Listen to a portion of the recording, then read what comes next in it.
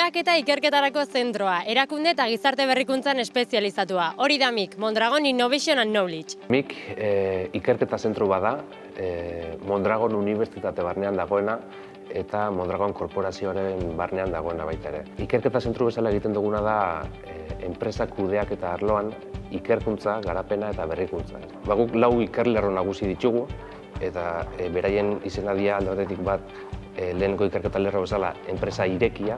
Gure ikerketa hildoan batez ere berrikuntza irekiai buruz ikertzen dugu edo Open Innovation kontzeptuari bidez. Bigarrena ekintzailetasuna. MIKek ekintzailetasuna ulertzen du produktu zerbitzu edo negozio bat martxan jartzea. Hirugarrena nazioartekotzea. Bai hemen mantentzen den enplegua, baina batez ere kanpoan sortzen dugun enplegu hori duina izatea. Eta laugarrena sozialki arduratsuan diren enpresa eredu. Eredu sozialagoa duten enpresen ikerketa egiten dugu, ez? Enpresa ereduak non personek beste protagonismo bat daukate eta enpresek gizartearekiko ere erantzukizun bat daukate. 4 ikerketa lerroek negozio emaitzak hobetze aldera proiektu ezberdinetan murgiltzen dira. Ezagutza sortzen dugunean, ezagutza berri hori nolabait aterrizatu egiten dugu, metodologia tresna erramintetan bihurtzen dugu, eta gero metodologia horiek enpresetan aplikatzen ditugu, enpresen lehiakortasuna hobetzeko. Proiekturen bat aipatu behar baldin badet, Open Basque proiektua izan beharko litzateke, ez da gure proiekturik importantenetarikoa. Enpresa ireki eredu integral edo sistemiko bat garatzen nahi geha.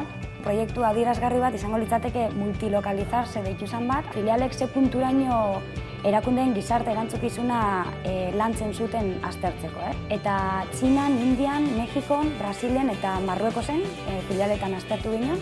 Eta sortu ziren ondorioekin akzio planak egiten aritu ginen eta gaur egun gabiz filial bakotzakin lanean. Horretaz aparte, transferentzia egin dezakegu baita ere, publikazio akademiko-zientifikoak eginez.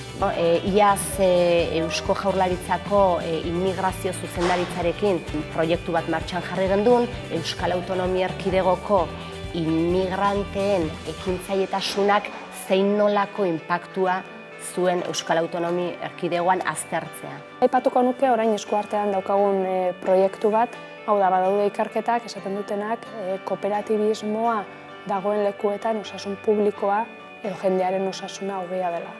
Eta ildo horretatik gure ekarpentsua egiten ari gara. MIK, aurrera pausoak ematen laguntzen digun ikertzaileen taldea.